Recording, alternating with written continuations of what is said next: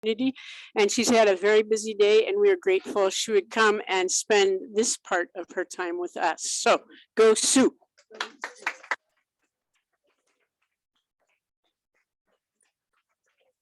First of all, I see some people in the back, and if you guys wanted to be hands-on learning tonight, I know we do have 2 more spots up here at tables.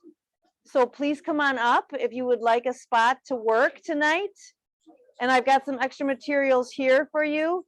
And then we've got a couple chairs up in the front, not at a table, but you're welcome to sit up front, and then you get a better view of what's going on. So we'd love to have you up here instead of looking sad in the back. All right, so I said I would introduce myself. I am Sue. I am Sue Jensen, and I was volunteering with the Environmental Defenders probably for 12 or 13 years. And I eventually then joined the board of the Environmental Defenders. And I left the board of the Environmental Defenders because then I became an employee of the Environmental Defenders. So if you don't know that they have 2 wonderful used bookstores, there is one in Crystal Lake, just a hop and a skip from here, the Green Reed. And then we have the Green Spot in Woodstock. And that's right across the hallway from the Defender's office. So the books that you have here tonight, if you grabbed one to wrap, I was thinking like, what are we going to wrap? You know, and then all of a sudden I'm like, we're to have a big book sale. I'm just going to grab a bunch of books because they're perfectly rectangle and easy to wrap. So thank you to the Defenders for letting us use the books. If you would like to keep your book, I think it said in the description of the program, we'd love you to take them home with you because I don't want to take them home. And if you would like to give us a little donation, I said $10, but whatever you'd like to give, that would be wonderful. Everyone gets to keep their fabric that they chose tonight for their wrapping. That's a gift from us. If you did not yet get a book and a fabric, I have a couple up here for people that might be sitting up front, but then you might want to go in the room outside to grab a book. And then you want to find a piece of fabric as a rule of thumb that is 3 widths of your longest edge of your object that you're wrapping, if that makes sense. Okay, so I will go back to what I was saying. So I have been working with the Defenders for a long time, but then I recently left the Environmental Defenders because I was also on the board of directors for the Food Shed Co-op. I would love to tell you guys more about that, and maybe I'll sneak some plugs in there along the way for that. But I then left, yeah, Marty, whoa, yes, my biggest supporter.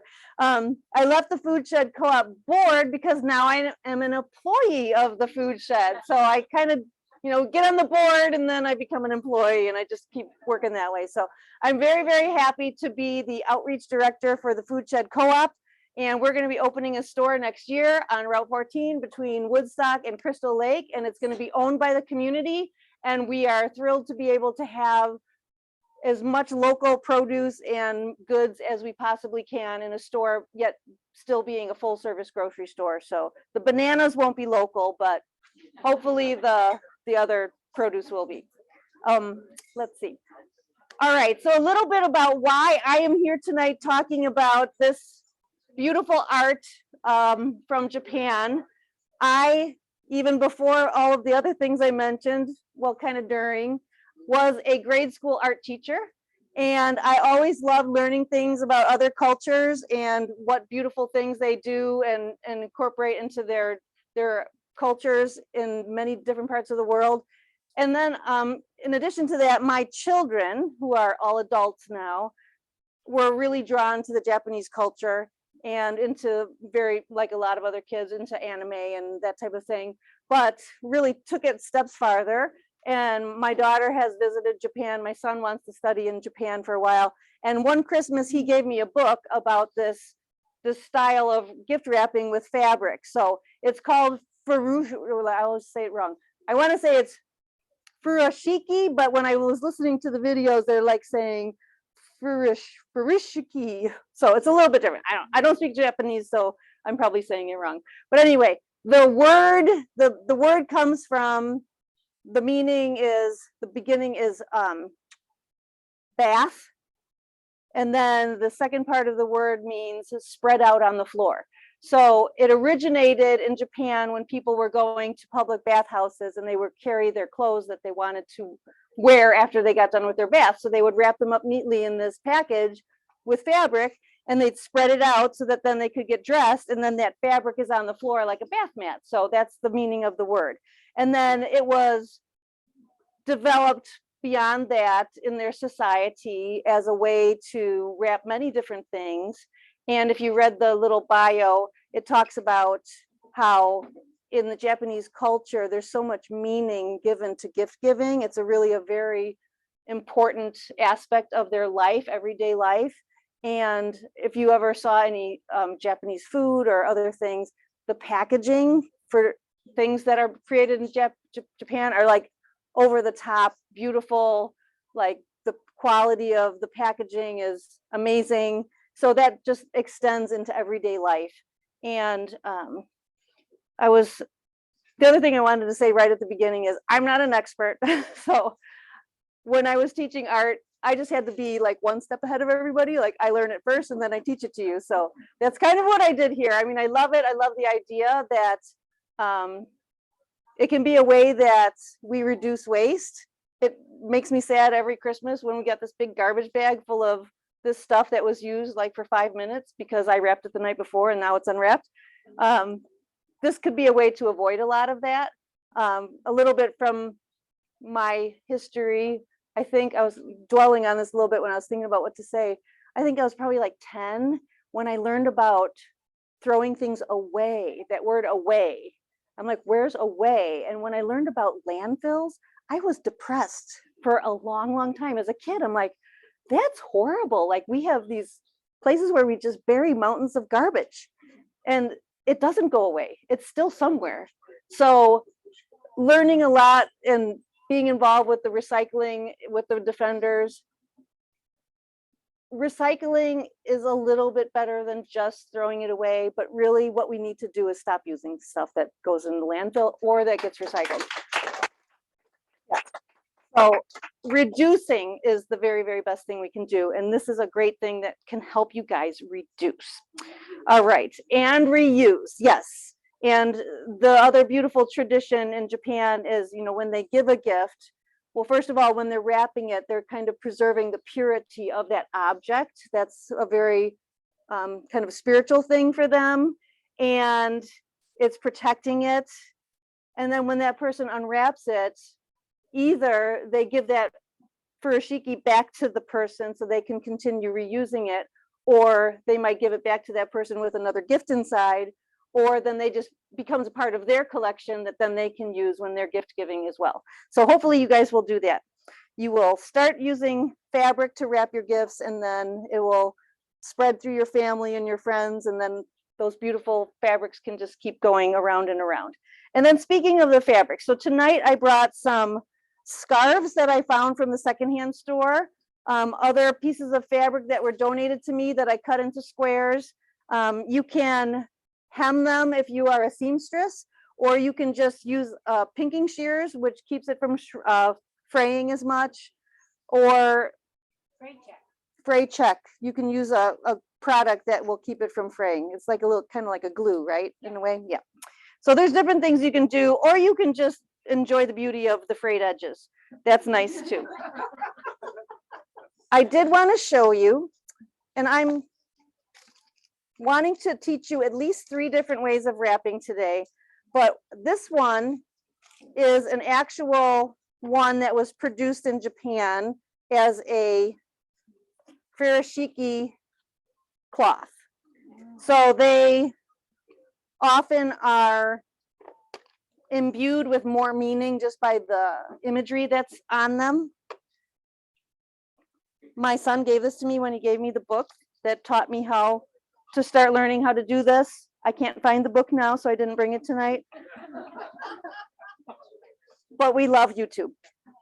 And on that note, I do have a QR code on the back table there, on the table out in the other room, and right here.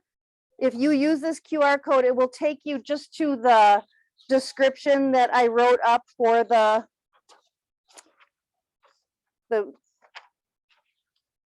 don't want to call it a class, but whatever we're doing here. Pardon me? The events. This is a little bit description, the gathering. So you may have already seen the description of the event, but what I did add to it is a bunch of YouTube links for different styles, that some of which I will teach you tonight, and you will go home and you will forget exactly what I told you, because that's what I did.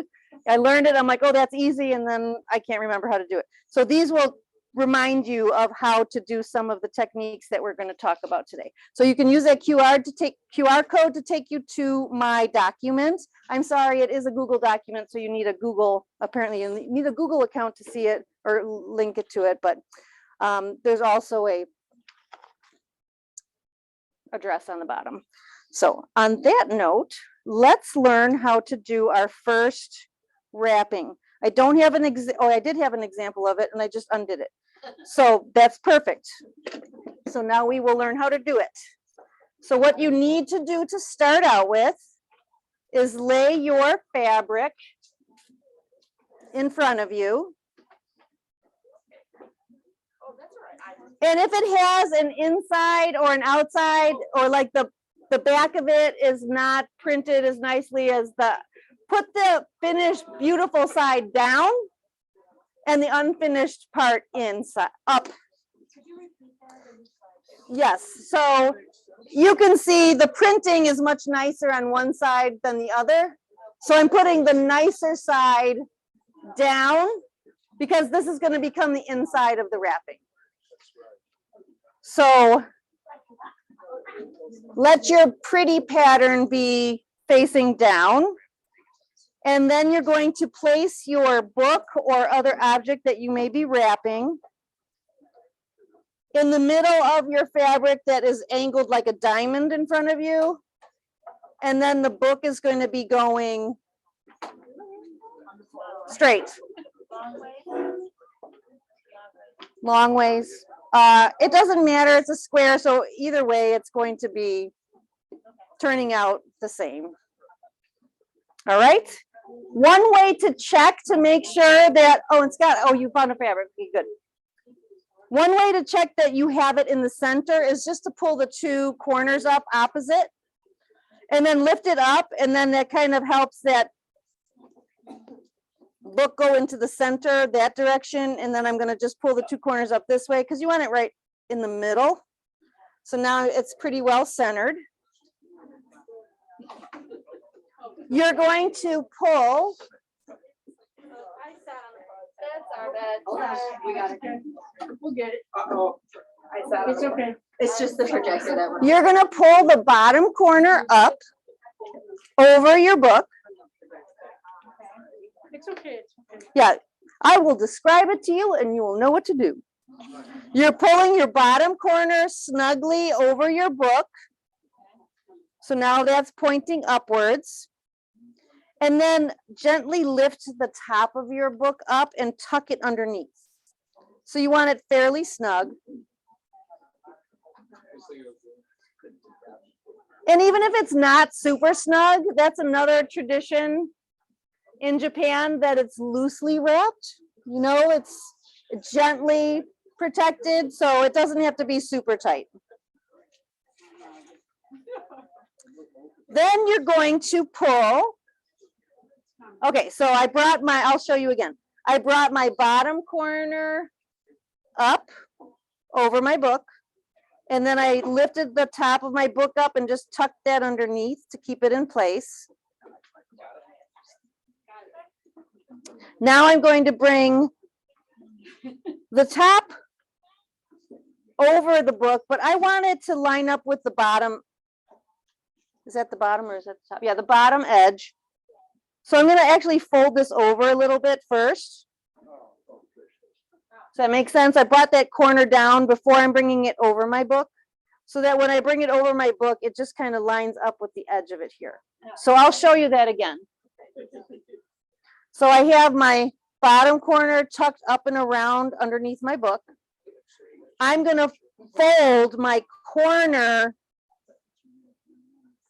just folding it over so that now I have a straight edge at the top instead of a point.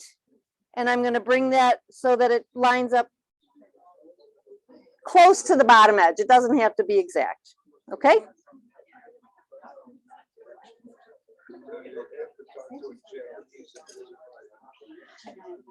And then you are going to, similar to when you're wrapping a gift with paper, you're going to just kind of tuck these corners in a little bit on the side, because you're going to pull the fabric around the corner nice and snug. And then fold that over a little bit and then bring it over towards the center.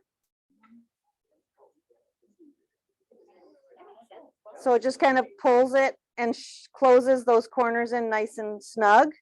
And then I'm just going to flip this out of the way and do the same thing on the other side.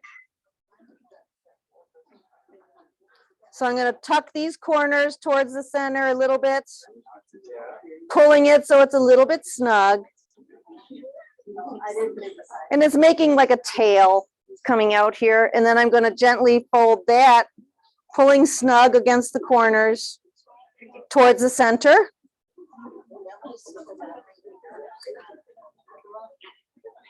And to do this type of wrapping, really all you need to know how to do is a square knot. So I'm going to tie a square knot now. So I'm going to grab this and I'm going to keep it pulled snug. And then I'm going to grab this side, keeping it snug. I'm going to cross those over each other. And bring one end under and around. If you have Velcro shoes and you never tie, I'm sorry, you're going to have to do it now.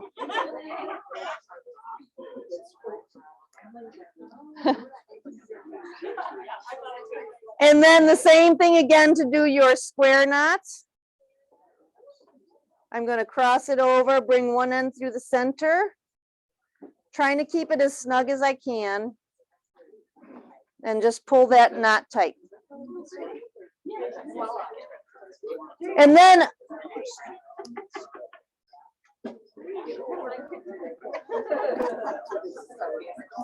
you're going to do some primping. And when you watch these videos where these people who do this all the time, they're always going to do a little primping. I did put a chopstick on each table because that is a nice tool for using. If you need to tuck an end in, you can just use the chopstick and kind of tuck it where you want it to go a little easier than your finger. But then you're just going to kind of fluff up your ends. I'm just grabbing right by the knot and pulling it apart and making a nice, beautiful tail that's coming out to look like a bow and fluffing that one up. And then that is the simplest technique of Furoshiki gift wrapping.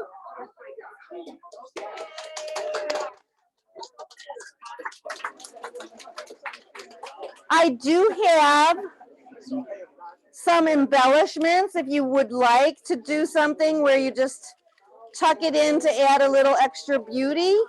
You're welcome to do that.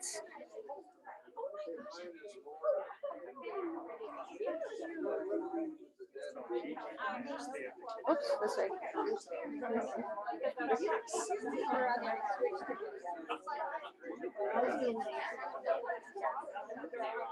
Okay, raise your hand if you are pleased with how your wrapping turned out. Okay, now unwrap it.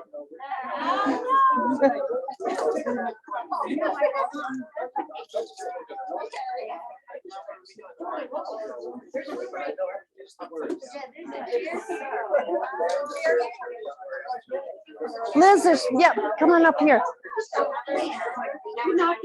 Right there.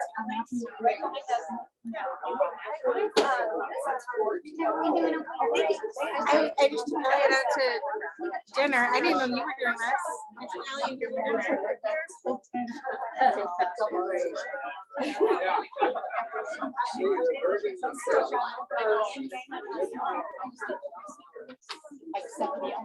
Okay. We are going to learn how to do one that looks like it has a flower on top next.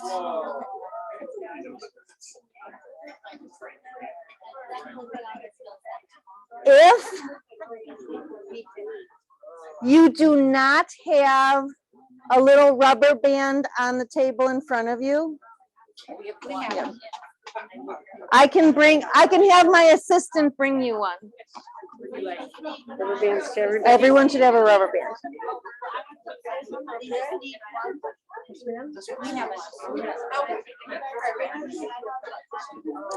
Leslie is coming. If you don't have a rubber band, just raise your hand. She'll bring you one.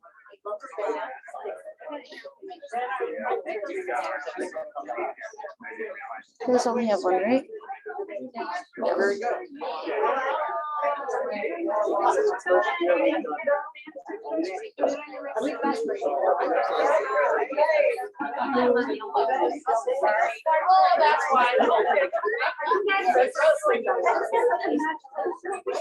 We are starting this wrapping the same way. Your fabric is like a diamond in front of you, and you're placing your book straight horizontally.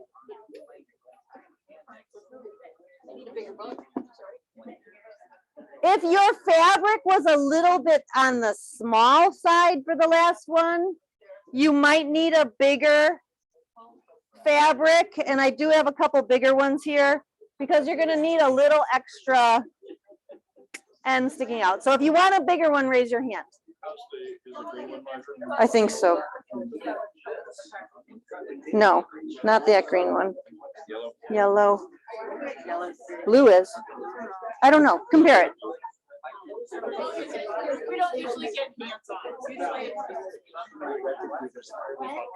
Are any of these bigger?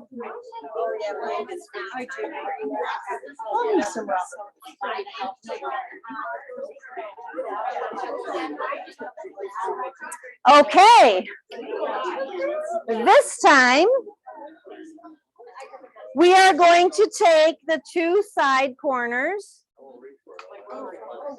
and we are going to pull them towards the center. And as I'm pulling it towards the center, I'm going to gather it even more from the corners of my book in towards the center. So I don't want it to have it just come flat. I want it to kind of gather towards the center. One at a time. So I'm going to do this side and then I'm going to do this side. And you got to have like 4 hands when you're doing this. But if you're really good, you can get away with 2. So I'm just gathering that kind of towards the center and I'm holding it in place. Then I'm going to do the same thing with my other 2 hands. And I'm going to gather this corner up towards the center. But you want to have it angling toward the folds, angling towards the center. So I'm kind of gathering it so that it gathers towards the center. And go ahead, and if you don't like how it's laying on the sides, just kind of pinch it, gather it until it looks nice and even. And then you're going to take your rubber band.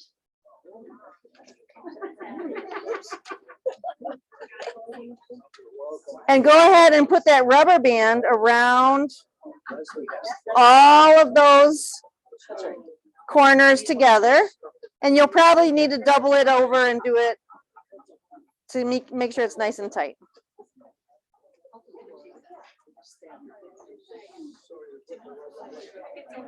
So you're just like a big ponytail in the middle of your book.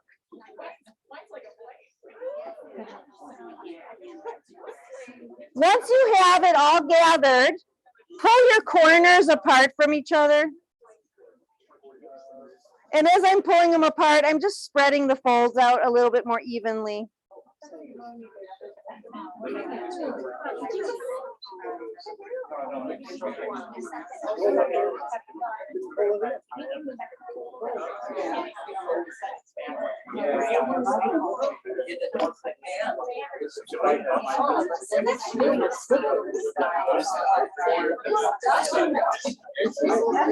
Are you ready? Okay, next. Knowing how to do square knots and knowing how to tuck are the two things that are most important for this technique. So you're going to take the corner edge now and you're going to tuck it into the center. You can use your finger, or if that's a little bit difficult, there's at least one chopstick on each table. And mine's pretty big and fluffy because my fabric's a little bit bigger. I'm actually going to take it and I'm going to pull a little bit more into the center so it's not quite as fluffy. Some of you, if your fabric's a little bit shorter, you might have a smaller flower on the top. But if you have a bigger piece, then your flower will be a little fluffier and a little bit bigger. And you're just going to go and do that with all four corners.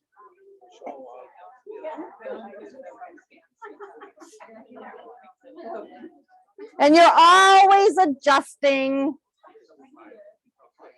You're always tucking edges in. If you have a frayed edge, you can flip it, kind of fold it over to hide that.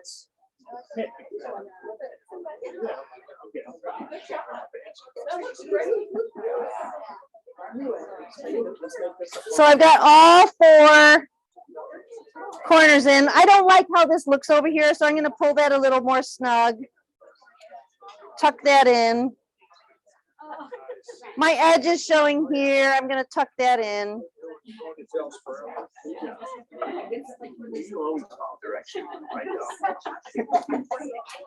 And then when you're satisfied,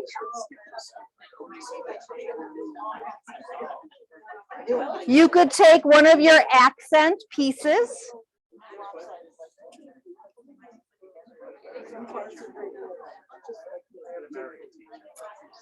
and you can tuck that into your rubber band underneath your flower.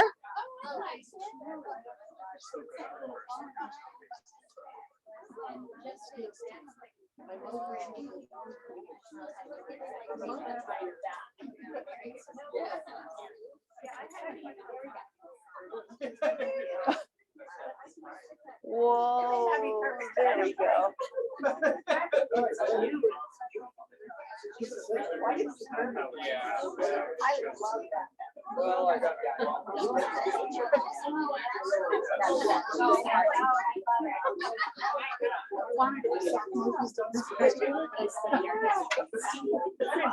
Okay, raise your hand if you completed yours and you're happy with how it looks.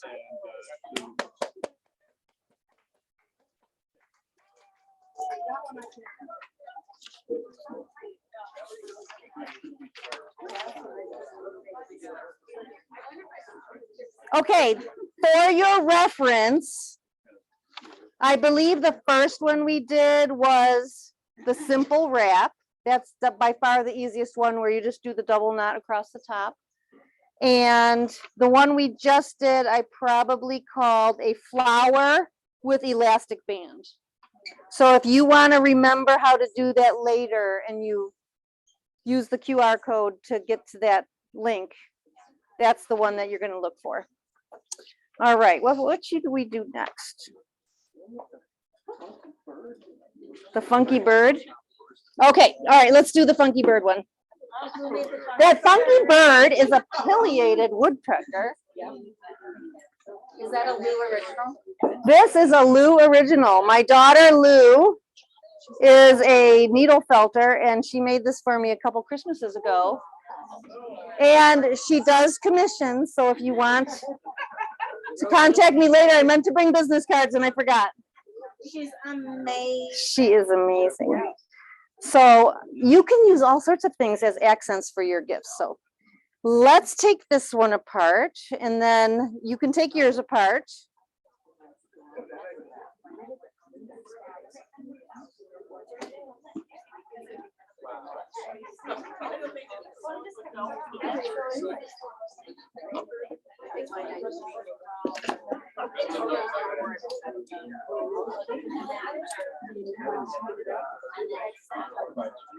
No, I don't think so.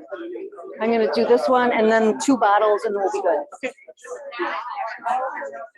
Well, I'll listen to notes. Okay. Again,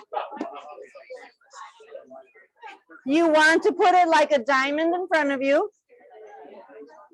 Put your book horizontal. And just for your information, this one was the same exact wrap as that one was. It's just that this was a longer object, and this is a great one. Like if you have a really long box, think about that as we're doing this next technique, because it works really well for long objects. I didn't have a long box, and I was looking around my house. I'm like, what can I wrap? This is a piece of firewood.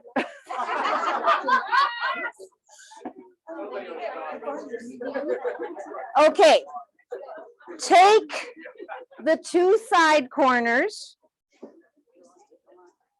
pull them up to the center, make sure it's nice and centered, your book in the middle there, and then you're going to just go ahead and tie a single knot, not a square knot, just do it once and pull that as snug as you can, but make sure that it's covering up the corners of your book, that it doesn't slide off your corners.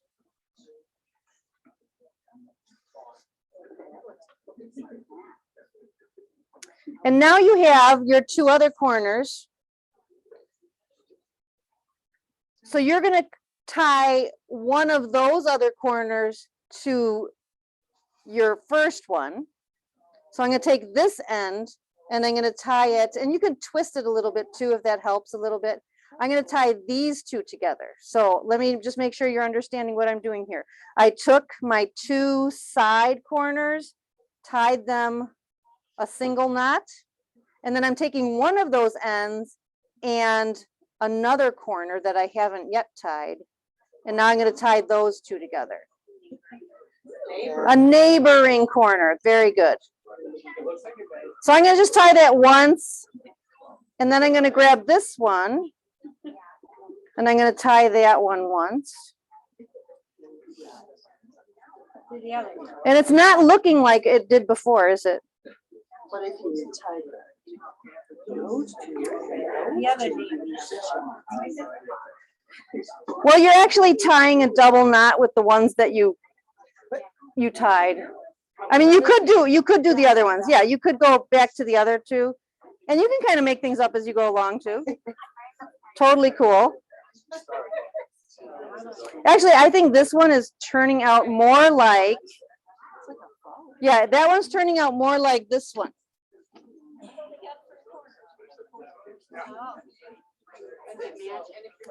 I think the reason why this one looks different is because my book is a rectangle, and I think I did it the other direction this time.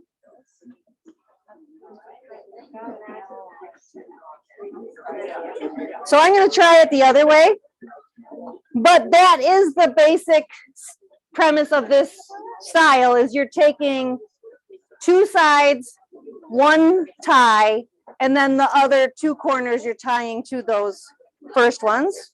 So I'm just going to try it the other direction, see what happens. I'm going to tie it this way. I'm tying it the short way this time, and then I'm going to take these two corners. I told you I'm not an expert. Thank you.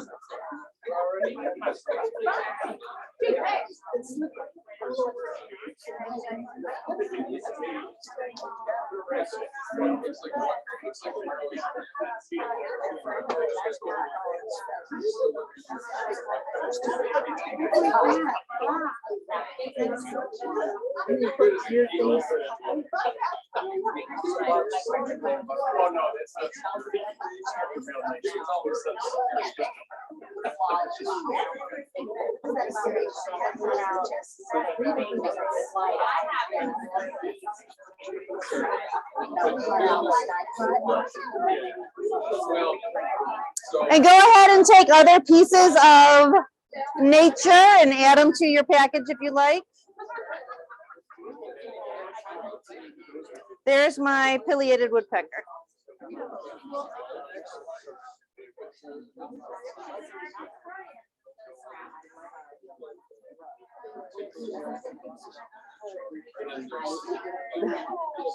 I can't ever know which way to go.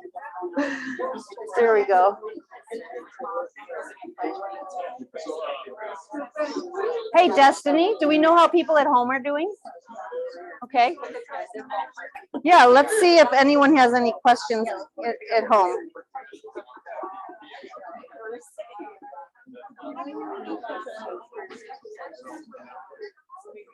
And maybe we could put the link. I don't know how to get it into the chat. If they wanted that document. Okay.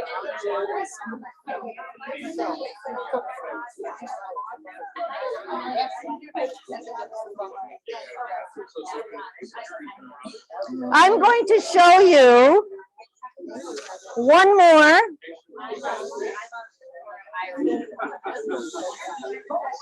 But this one is just for a demonstration. You do not have to follow along because I'm going to show you how to tie a single wine bottle, and then I'm going to show you how to tie a double wine bottle.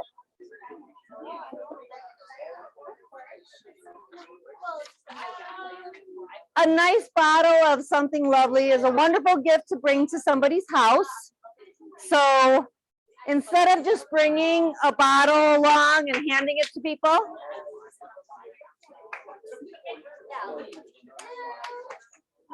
okay, I will wait until I have your attention because you're all going to want to know how to do this one. Actually, I'm going to show you the double wine bottle first because it's even easier. I don't have wine bottles, but I borrowed a couple beers from Zach.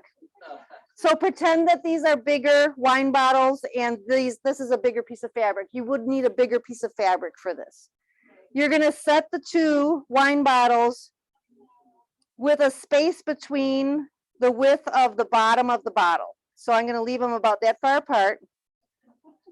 I'm going to fold one end over. And then I'm just going to roll it up.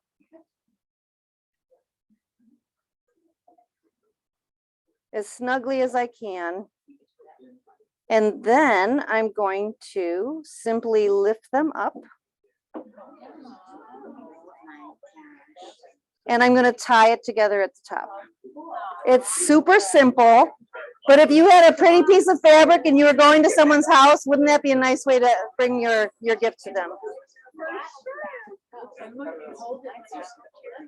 Yep. Then you can carry it. Okay, so that's the double wine bottle one. Let's see. You could, if you had a longer piece of fabric, there's a way that you can also tie it and then twist. And then when you do the other part of the knot, you do it up higher and you make a little handle. So then you can just tie it like this. So there's your little handle. And then you could carry it like this.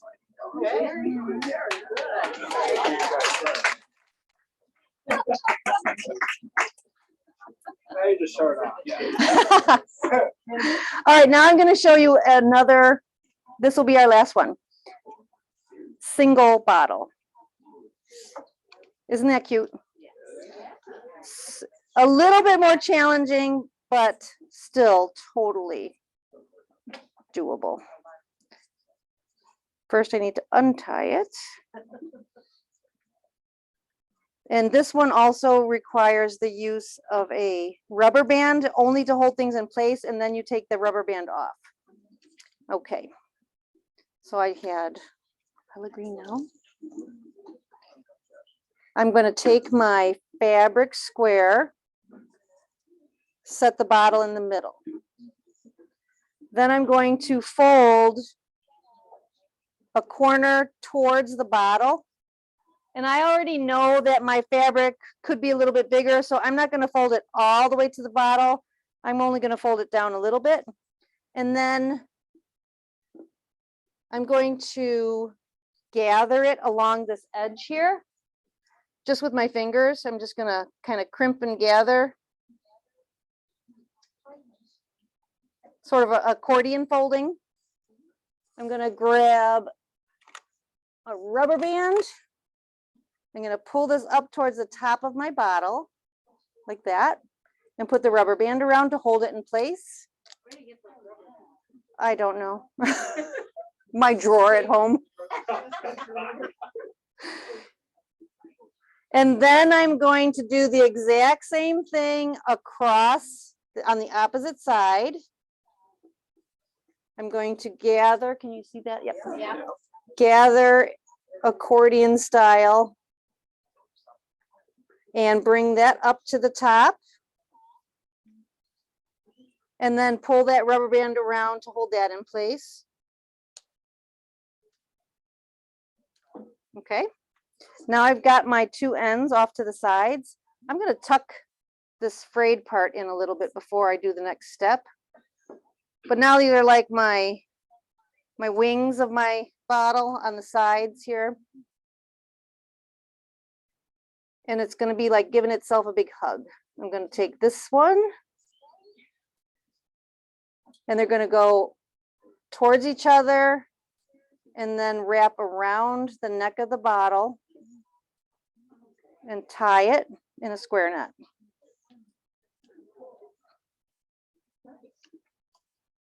And then you're just going to make that little bow again by fluffing up your corners. Take your time.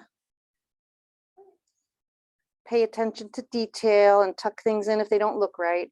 And now I've got my gathers up at the top. I'm going to take my rubber band off. Pull that up a little bit. Space those out so they look fluffy. And there's my wine bottle.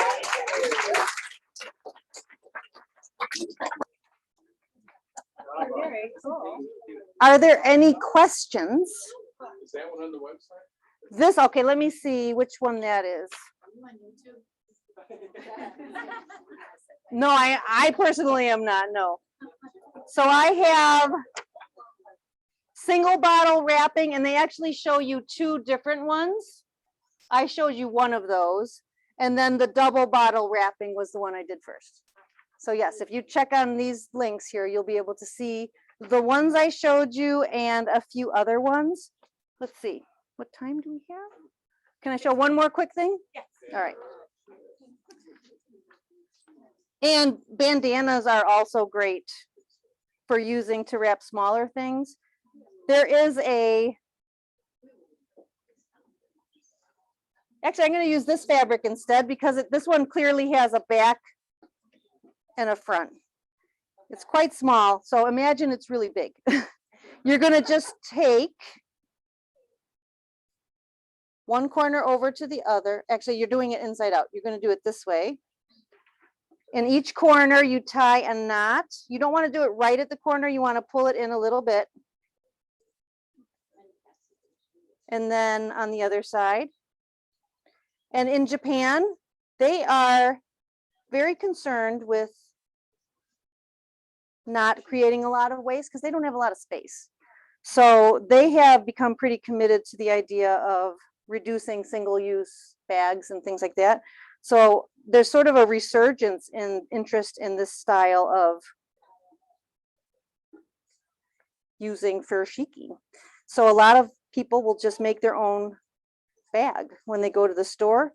You can just fold it up, keep it in your pocket, and then once you're ready to bring your things home, if this would be much bigger, you could see you could keep a lot of things in there, and then you just tie it on the top, and you could do that little handle again on the top. So this is like a teeny mini one, but if you use, like some of you had those really big scarves, you could make an actual like grocery bag sized bag by doing it this way. That one is also on, this is so tiny. That is also on here, and that is called a lie. I don't have that on here. Though you should check out the recyclable plastic lid fancy basket. That one was really cute too, but I'm not going to show you that. I think I'm going to be finished for tonight.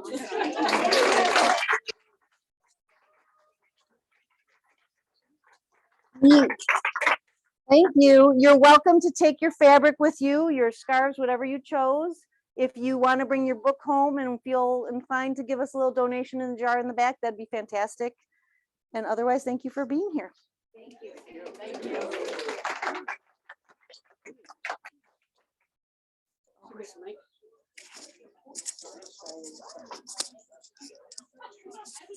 Okay, thank you very much, Sue. And I want to give a special thanks to our tech team because they are outstanding, don't you think? So we have Anne and Carl and Destiny.